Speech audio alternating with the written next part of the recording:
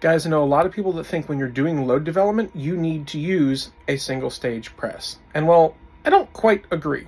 Let's take a look. To take a demonstration, I'm going to use these guys. These happen to be my 100% lead-free, so they have a lead-free primer and a 94 grain Norma Raven Rocks lead-free frangible projectile. Now, for a while, I've been loading these guys up with HP38. However, I've been looking into recently being able to load these guys using some Hodgdon CFE pistol. Now, because all of my other settings for my regular load are working great, and I just want to tweak the powder, why would I go in and spend all that time trying to get my full-size powder measure to settle in and dial everything up here on the press while I have a full shell plate? Instead, I simply use my Redding No. 3 BR here powder measure that is extremely accurate, and I can easily dial my powder charge and then split the loading operation into 2 steps. Now, this first operation does 3 steps, and that's kind of the advantage of still having a progressive press, right?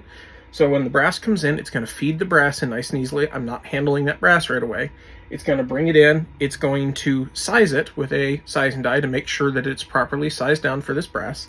Then it's going to come over, it's going to prime the brass down here at the bottom, and then it's going to come up and it's going to expand the case mouth. That's 3 operations that I would have otherwise had to do 3 separate handle pulls on the single stage in order to be able to do.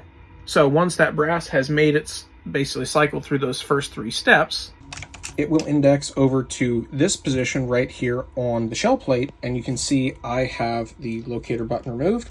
I'll simply take that piece of brass out and set it down here in the loading block until it gets charged with powder. Then once it has the proper amount of powder, I simply feed it in to this station here, index over, place the projectile on top, run the ram.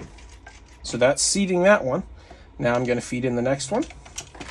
Feeds over, projectile, run the ram, and I'm now doing 3 operations at once again, thereby speeding up this process.